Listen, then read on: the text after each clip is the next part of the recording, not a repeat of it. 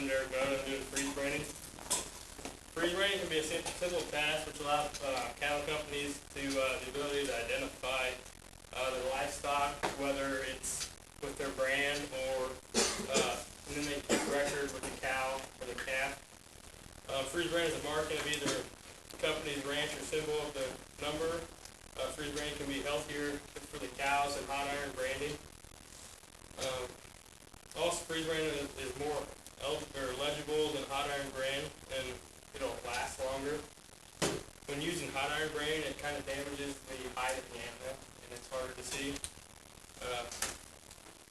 By the end of the speech, I hope to kind of inform you the kind of identification methods of freeze branding, hot iron versus freeze branding, the equipment used while using freeze branding as a process. First off, I'll discuss the equipment that is used for the freeze branding cattle, the branding irons, shown here. They're made out of bronze or copper. People either use dry ice or liquid nitrogen. They're both kind of the same, just whatever you prefer. Rubbing alcohol to clean off the area, and then paper towels. Most people use squeeze chutes just to keep the cattle under control, and then clippers here to shave off the area needed. And then first off, before the process of branding, everything must be laid out kind of in a fashion where it's easy to get to. The less time it takes for the cattle to get in the chute, the less they're worked up. You pour the liquid nitrogen into a styrofoam cooler, and so the rods all cool down. Once the rods they stop bubbling, it means they've cooled off enough. It takes about 5 to 10 minutes. When the nitrogen stops bubbling, that's when it's time. After placing the cow in the chute, showed there, shave the hair using these clippers. Then use alcohol to wipe it down, clean it off. Once you have it all cleaned off, you grab the iron you want, and you place it on the hide where you shaved off and cleaned off, and you hold it there for approximately 50 seconds, no longer. Longer, it'll damage the hide. Any shorter, then it won't appear. Then remove, once you've done that for 50 seconds, remove the iron, put it back in the styrofoam cooler, and repeat the process if needed. If you're going to put multiple symbols in here, you got a video.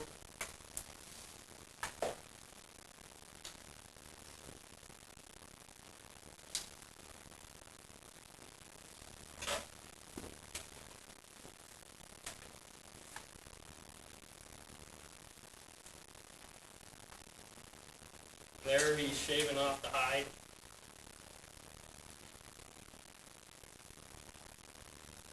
So he can place the freeze brand. Most people put it right there on the hip. It's just kind of where the skin's more durable. Shave it, all the hair is gone. And just however big of a patch that it'll take to fit all the branding irons. Next, he's spraying it with rubbing alcohol, cleaning it off, kind of getting all the rest of the dirt and just hair off of the area, so the freeze brand comes into contact with the skin better.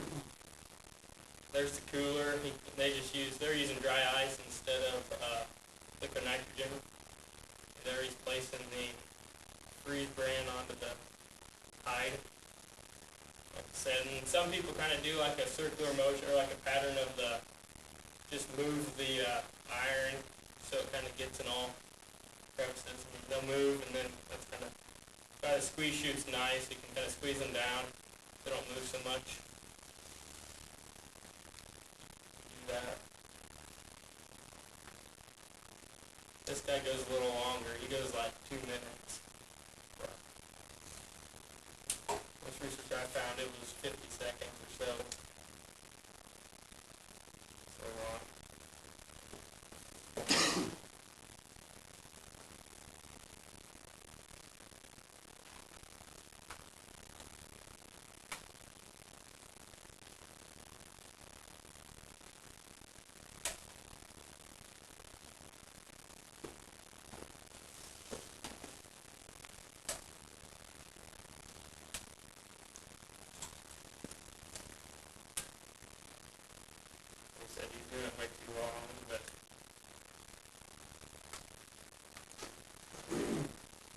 turns out, it turns out.